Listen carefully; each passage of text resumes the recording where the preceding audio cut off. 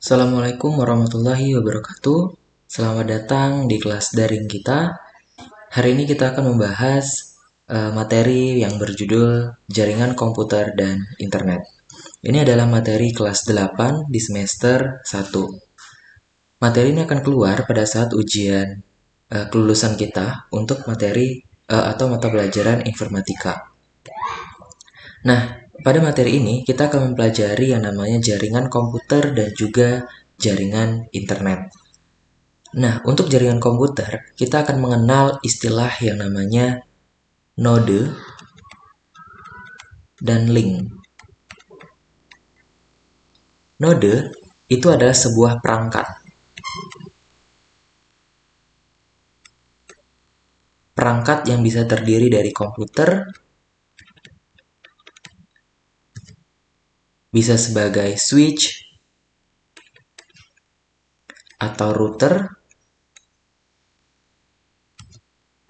ataupun bisa HP, printer, dan lain sebagainya.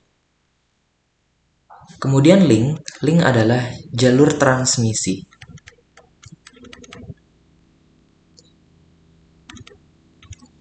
Jalur transmisi adalah sebuah kabel atau jalur yang menghubungkan setiap komputer atau perangkat-perangkat yang terhubung dalam jaringan komputer. Nah, kalian bisa melihat gambar ini. Ini adalah yang namanya switch.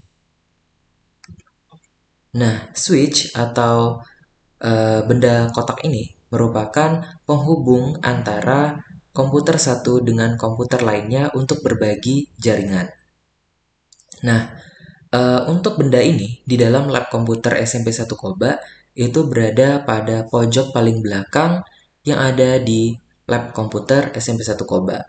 Nah, switch ini berfungsi untuk menghubungkan komputer satu dengan komputer lainnya. Kita lihat, perhatikan gambar konfigurasi sebagai berikut. Ini adalah konfigurasi dari jaringan komputer.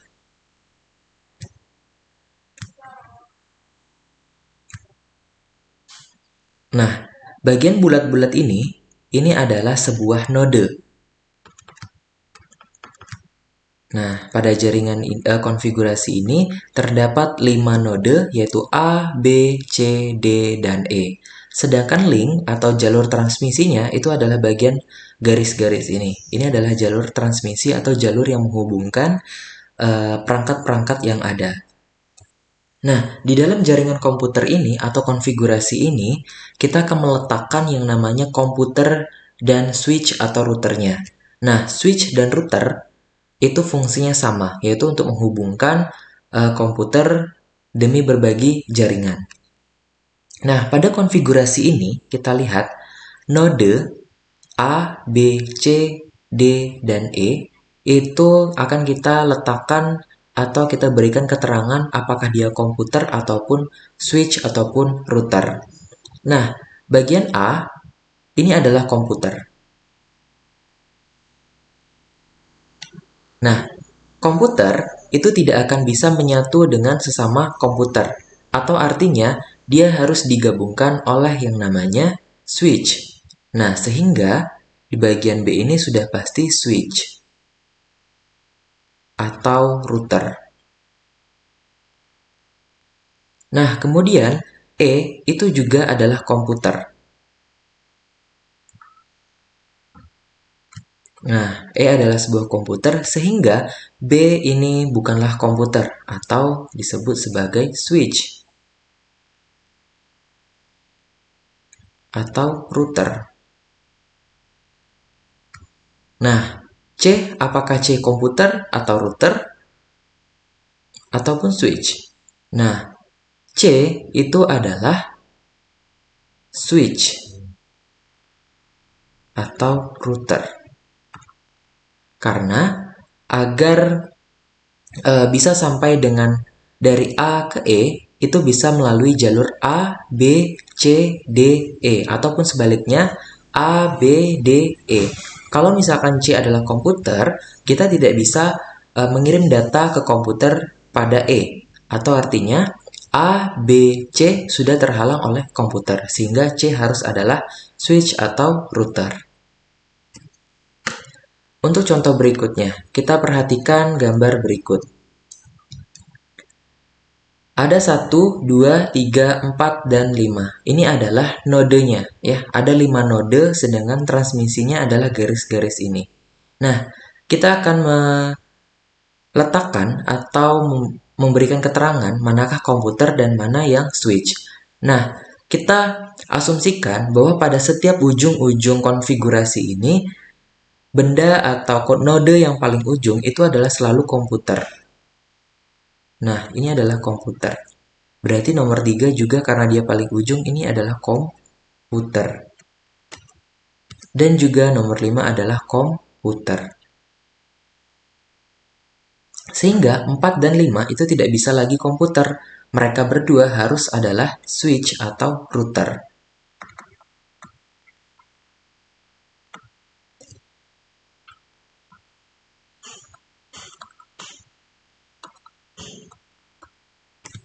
Nah, jadi switch-nya ada 2 dan komputernya ada 3. Nah, apakah switch bisa saling terhubung? Bisa, ya. Switch bisa saling terhubung, kecuali komputer. Jika kita tarik garis seperti ini, kita buat begini, itu tidak bisa, ya. Komputer tidak bisa saling terhubung dengan sesama komputer. Dia harus terhubung oleh yang namanya switch dan router terlebih dahulu. Kita lanjut ke berikutnya. Misalkan ini adalah node pertama, 2, 3, 4, 5, 6, 7, 8, 9, 10. Nah, kita lihat, kita asumsikan node paling ujung itu adalah komputer. Sehingga 1, 2, dan 4 itu adalah sebuah komputer. Nah, kemudian 6 juga komputer. Kemudian 9 adalah komputer. Lalu 10 adalah komputer. Nah, sehingga bagian 8 ini adalah switch. Kemudian 7 adalah switch. Maaf, atau router juga ya, bisa aja router. Router atau... Kemudian 5 juga tentu pasti switch. Lalu 3 juga switch atau router.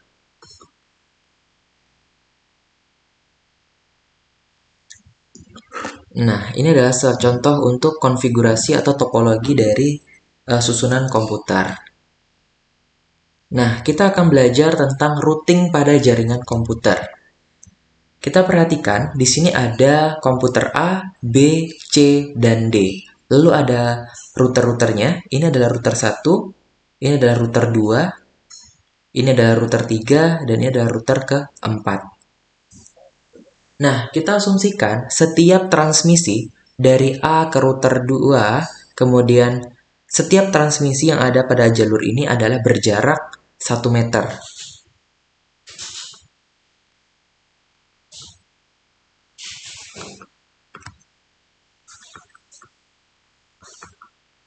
Nah, misalkan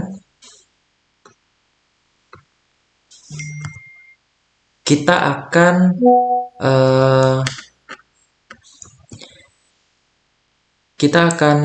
mentransfer data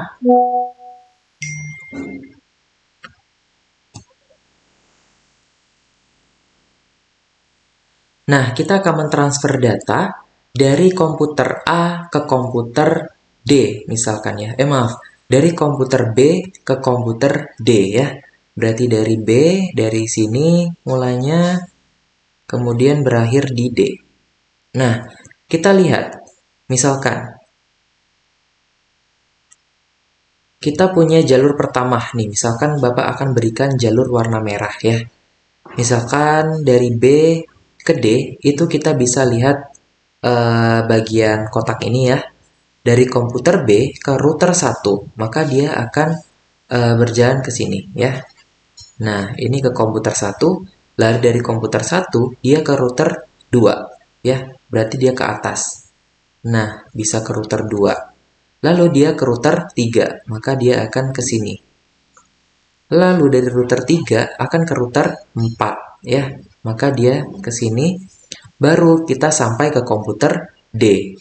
Nah, ke komputer D. Kita lihat jaraknya di sini adalah 5. Kita hitung dari komputer B ke router 1 itu adalah jaraknya 1 meter. Lalu dari 1 ke 2, router 2 itu jaraknya juga 1. Dari router 2 ke router 3 jaraknya juga 1. Router 3 ke router 4 jaraknya adalah 1. Lalu dari komputer 4 ke komputer D jaraknya juga 1. Kita totalkan di sini, maka total jaraknya ada 5 meter. 1 tambah 1 tambah 1 tambah 1 tambah 1 ada 5, maka jarak transmisinya adalah 5 meter. Lalu kita buat untuk jalur kedua, itu yang warna hijau, yang ini. Nah, dari komputer B ke router 1, jaraknya 1 meter. Lalu router 3, ya, dia langsung bisa ke router 3 ya, bagian lewat sini. Karena ada jalurnya, ada garisnya, ada atau kabelnya ini. Ya, jaraknya juga 1. Lalu dari router 3, dia akan ke router 4. Nih, ke sini, ya. Kemudian lalu ke komputer D-nya. Nah, jaraknya itu hanya 4 meter ya. Ternyata kalau kita hitung, jaraknya cuma 4 meter. Kemudian ternyata bisa juga ada jalur lain. Ya, ada jalur lain nih. Kita anggap warna biru nih. Ya, warna biru nih. Dari komputer B, ternyata kita dari langsung ke router 1 aja, lalu langsung ke router 4. Bisa ya. Lalu baru nyampe ke router D-nya. Sehingga cuma ada 3 meter jalur transmisinya. 1, 1, 1. Sehingga kalau ditotalkan ada 3 meter. Nah, ternyata jalur untuk menuju dari komputer B ke D itu banyak sekali ya. Ada jalur yang telah kita lalui, jalur merah, hijau, dan biru. Tetapi, komputer akan otomatis memilih jarak terpendek dan jarak tersingkat untuk menghemat biaya. Sehingga jalur yang akan dilalui oleh komputer mentransfer data dari komputer B ke komputer D adalah jarak terpendek. Sehingga jalur yang akan dilalui adalah jalur biru, yaitu komputer B, router 1, router 4, dan komputer D.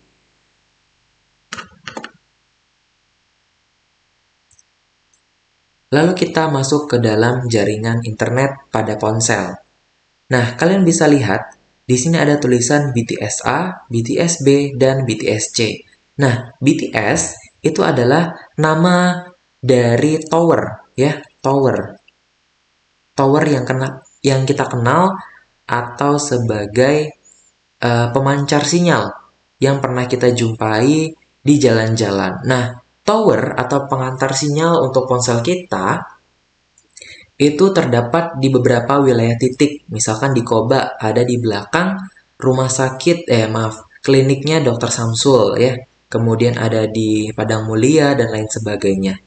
Nah, tower atau BTS ini akan memancarkan sinyal kepada ponsel kita. Dan ponsel itu akan menangkap jarak sinyal terdekat. Sehingga boleh kita lihat untuk ponsel ini paling dekat kemana? Ke BTS A, B, atau C. Nah, kalau kita lihat secara gambar, dia akan paling dekat ke tower BTS A. Sehingga si ponsel ini akan menangkap sinyal dari BTS A.